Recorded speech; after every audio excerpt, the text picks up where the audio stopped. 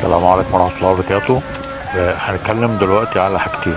خلينا نتكلم الأول اللي احنا شايفينه ده دلوقتي في المزرعة. هو بتبقى عملية تطهير للأسماك، سواء إذا كنا بنفضي حوض زي ما احنا شايفين كده عشان يحصل فيه عملية تطهير أو يحصل فيه عملية صيانة، فبننقل الأسماك اللي فيه لأحواض تانية، أو سواء كنا بنفرز الأسماك زي ما احنا شايفين كده ما بين الاسماك احجام بنحجمها، بنسميها بالظبط نحجمها، بنحط في كل حوض الحجم المناسب بتاعه علشان ده يضمن واحنا بنبيع يبقى الاحجام اللي موجوده في الحوض كلها تقريبا تكاد تكون مقاس واحد، فبالتالي ده بيبقى ميزه كويسه. طيب خلينا نتكلم بقى الحاجه الثانيه، هو ايه نوع الاسماك اللي احنا شايفينها دي دلوقتي.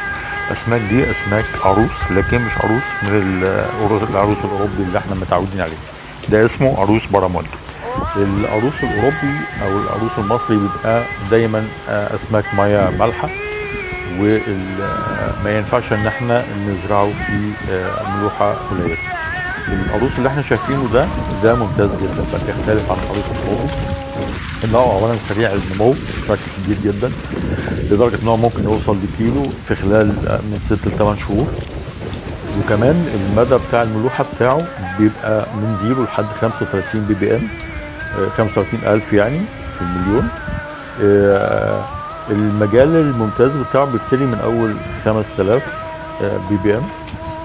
ده معناه ايه؟ معناه ان الجماعه بقى اللي هم كانوا كلهم راحوا في المغرب واطفال بغرب المنيا، لكن المغرب بالذات انا بستهدفها لان كلهم اشتكوا ان ملوحه الميه فيها هناك عاليه، والكلام ده من فتره كبيره قوي، وما نفعش معاها اسماك كتير جدا في الميه دي، لان اسماك البولتي واسماك الميه العذبه بتبقى الضغط الاسموزي بتاعها بيبقى اقل من الملوحه اللي موجوده في الميه، فبالتالي بيحصل مشاكل واجهاد الاسماك وكمان في معدلات التحويل. لكن ده سمكه البراموندي او العروس الميه العذبه ده ممتاز جدا لانه مناسب جدا له من اول 5000 لحد 25,000. المدى ده ممتاز جدا بالنسبه له، بيعمل تحويلات ممتازه وبيعمل احجام بسم الله ما شاء الله عليها.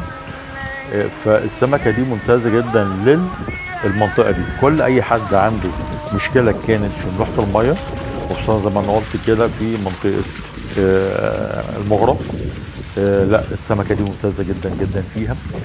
خد عندك كمان طبعا بتتربى زي ما احنا شايفين كده في الاحواض الخرسانيه دي. على فكره دي شكل سمكه البراموندي اللي احنا شايفينها، سمكه شكلها ممتاز جدا وجميل وطعمها طبعا تحفه. المهم فالسمكه دي احنا ممكن بنزرع فيها بكثافات بتوصل من اول، لو بالنظام المكثف المفتوح بتوصل حوالي تقريبا 20 ل 25 كيلو في المتر. لو بنتكلم في الاكوميماكري او في المكثف المغلق او في الريسايكلينج اكوكالتشر سيستم، فده بنتكلم ممكن نوصل لحد 60 كيلو في المتر المكعب انتاج. سمكه انا برشحها بقوه. هنشوف دلوقتي وهو بيفليها. الشريحه بتاعت اللحم روعه، شكلها خطير. بتمتاز طبعا انها تنفع فيليه لان الاشواك فيها قليله جدا او السفه فيها قليل. ارباحها بتتعدى 50% في الدوره الواحده. برشحها بقوه. كنت معكم وجيه خوجه من قناه على اليوتيوب والتيك توك. لو عجبك الموضوع ده عايز تستفسر تواصل معنا عبر التعليقات.